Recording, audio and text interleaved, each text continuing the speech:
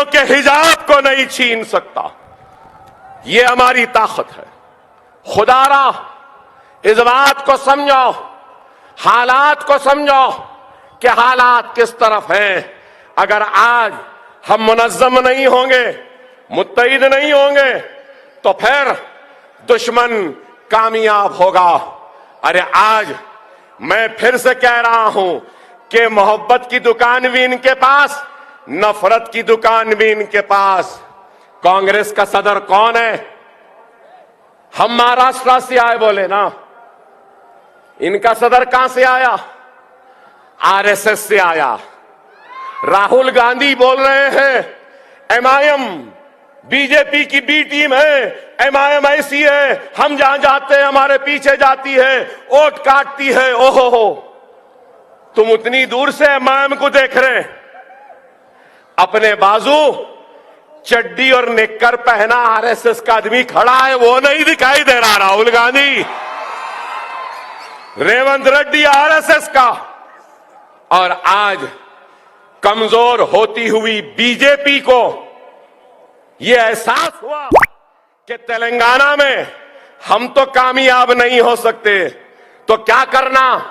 माहिदा किया, सौदेबाजी हुई कि आरएसएस वाले को कांग्रेस का सदर बनाओ, आरएसएस भी काम करेगी, विश्व हिंदू परिषद भी काम करेगी, और इस आरएसएस वाले को चीफ मिनिस्टर बनाना।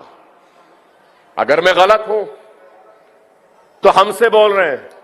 चलो मैं कहता हूं रेवंत, भाग्य लक्ष्मी की जो मंदिर है ना चार मीनार के पास, आ जाओ, वहां पे कसम खा लो और बोल दो कि मैं आरएसएस में नहीं था।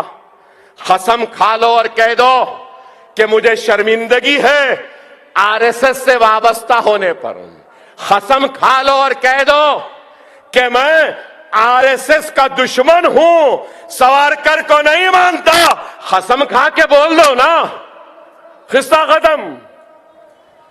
कोई बोल रहे इन्हें ताकतवर हो रहा, उन्हें कमजोर हो रहे। कोई भी ताकतवर हो जाओ, कोई भी कमजोर हो जाओ, कितना भी ताकत क्यों न मिलने, हमारा सहारा जरूरी है। इस हकीकत से इनकार नहीं कर सकते कि मजलिस इत्तेहादुल मुस्लिमीन ने काम किया है। मजलिस ने काम किया। आप बोलेंगे कि क्या काम किया, कैसे काम किया, कितना काम किया? तफसीलात तो मेरे पास हैं, मुख्तसरन बयान करूंगा कि मजलिस इत्तेहादुल मुस्लिमीन की मौजूदगी का असर है कि रेड्डी रहो, बाबू रहो, राव रहो, कोई भी रहो, सबसे काम कराने का जादू हमको आता है। क्या हमने राजशेखर रेड्डी के दौर में काम नहीं करवाया? क्या हमने चंद्रबाबू नायडू से काम नहीं करवाया? क्या हमने रोशैया से काम नहीं करवाया? क्या हमने कांग्रेस की आखिरी किरण बीजेपी में अंधेरा मचाने पहुंची, क्या उससे माफी मांगने नहीं लगवाई? मक्का मस्जिद के बम धमाकों के मुलजमीन से जिनको झूठे मुकदमात में महरूज किया गया था, क्या इसी किरण से हमने माफी नहीं मांगने लगवाई? अरे कोई भी रहने दो, जब हम बोलने लगते हैं ना तो हाल कैसा होता है मालूम? जैसा एक सपेरा बीन बजाता है तो पूरे सांप नाचते हैं, तो जब ये अकबर ओवैसी बोलता है तो हर कोई नाचते हैं और सुनने पे मजबूर होते हैं। ये हमारी ताकत है, ये आपकी ताकत है, आपके इत्तेहाद की ताकत है, हमारे बुजुर्गों की दुआएं हैं, हमारे माँ और बहनों की दुआओं का नतीजा है। ये जमात की ताकत है कि राव हो, रेड्डी हो, रोशैया हो, किरण हो या कोई हो, उनको सुनना ही पड़ता है। किसी के पास नफरत की दुकान है तो किसी के पास मोहब्बत की दुकान है। एक कह रहा है कि मेरे पास मोहब्बत है। अरे तुम्हारे पास मोहब्बत है तो भागलपुर का फिसाद मोहब्बत की निशानी था? मलियाबाद का फिसाद क्या मोहब्बत की निशानी था? क्या रोडकिला का फिसाद मोहब्बत की निशानी था? क्या गुजरात का फिसाद मोहब्बत की निशानी था? क्या बाबरी मस्जिद का ताला खोलना मोहब्बत की निशानी थी? मोहब्बत की दुकान चलाने वाले तुम्हारे बाप ने शिलान्यास करवाया चबूतरे पे और वहां से कैंपेनिंग का आगाज किया था। क्या यह मोहब्बत की दुकान थी? बाबरी मस्जिद की शहादत क्या मोहब्बत की दुकान है? बंबई के फिसादात क्या मोहब्बत की दुकान है? अरे 55,000 फिसादात देने वाले आज मोहब्बत की बात कर रहे हैं।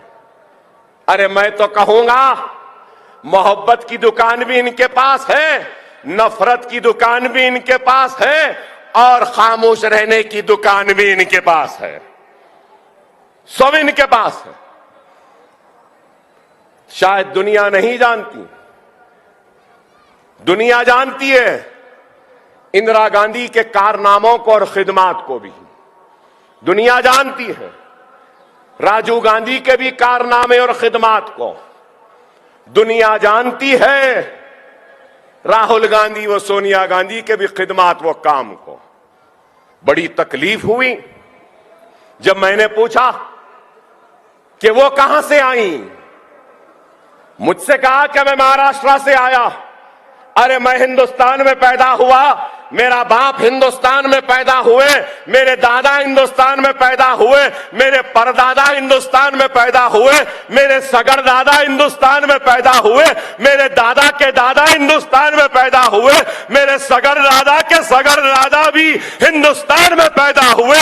मैं पूछना चाहता हूं राहुल गांधी साहब, आपकी वालिदा मोहतरमा कहां पैदा हुई? तो बुरा क्यों दिख रहा है? आपने मुझसे कहा मैं महाराष्ट्र से आया, मैं पूछ रहा हूं आप कहां से आए? आप सब बोलेंगे और हम कुछ नहीं बोलना। अरे हम भी अलग में जबान रखते हैं, याद रखो। अगर हिंदुस्तान में लिंचिंग हो रही है, अदाब बंद करने की बात की जा रही है, अगर हिंदुस्तान में हिजाब पर पाबंदी है, तो मैं कहूंगा हैदराबाद में हमारा इत्तेहाद, तेलंगाना में हमारा इत्तेहाद इतना ताकतवर है कि किसी की मां नहीं जनी जो हमारी अदा को बंद करे। बात कह रहा हूं, याद रख लो। एक वक्त फसल बोने का होता है, एक वक्त फसल तैयार करने का होता है और एक वक्त फसल काटने का होता है। और अब वक्त कौन सा है मालूम? सालार ने फसल बोई थी, फख्र मिल्लत ने फसल बोई थी, सालार ने फसल तैयार की और अब फसल तैयार है, काटने का वक्त है। समझो मेरी बात को, समझो मेरी बात को। फिर से दोहरा रहा हूं सालार के जुमले को। हम बादशाहगढ़ के मौक़िफ़ में, हमारे बादशाहगढ़ के मौक़िफ़ को कमजोर होने न दो मुसलमानों। कोई भी तख्त पे हो हमारी मर्जी के बगैर नहीं बैठ सकता, इस बात को समझो। और ये लोग हमारी ताकत को खत्म करना चाहते हैं। बादशाहगढ़ का जो मौक़िफ़ है ना, उसको खत्म करना चाहते हैं। सिर्फ एक तकरीर हुई स्कूल में तो अकबर भाई बोलने पे मजबूर हो गए। याद रख लो, मुझे अकबर भाई नहीं बोलना है, मेरे इन सारे भाइयों को भाई बोलने वाला हमको चाहिए। अकबरुद्दीन ओवैसी को शेर बनना नहीं है, अकबरुद्दीन ओवैसी को अपनी कौम को शेर बनाना है। और ये इमारतों में से एक अकबर ओवैसी नहीं, आने वाले कल में 1000 अकबरों वैसी निकलेंगे और इनको चैलेंज करेंगे और इनसे पूछेंगे कि तुमने क्या किया। आज इल्जाम मंजलस पर और फिर इल्जाम अकबर साहब। अरे अकबर साहब को कभी शौक था ना है ना कभी रहेगा। अकबर का अगर कुछ शौक है तो बच्चों को पढ़ाना।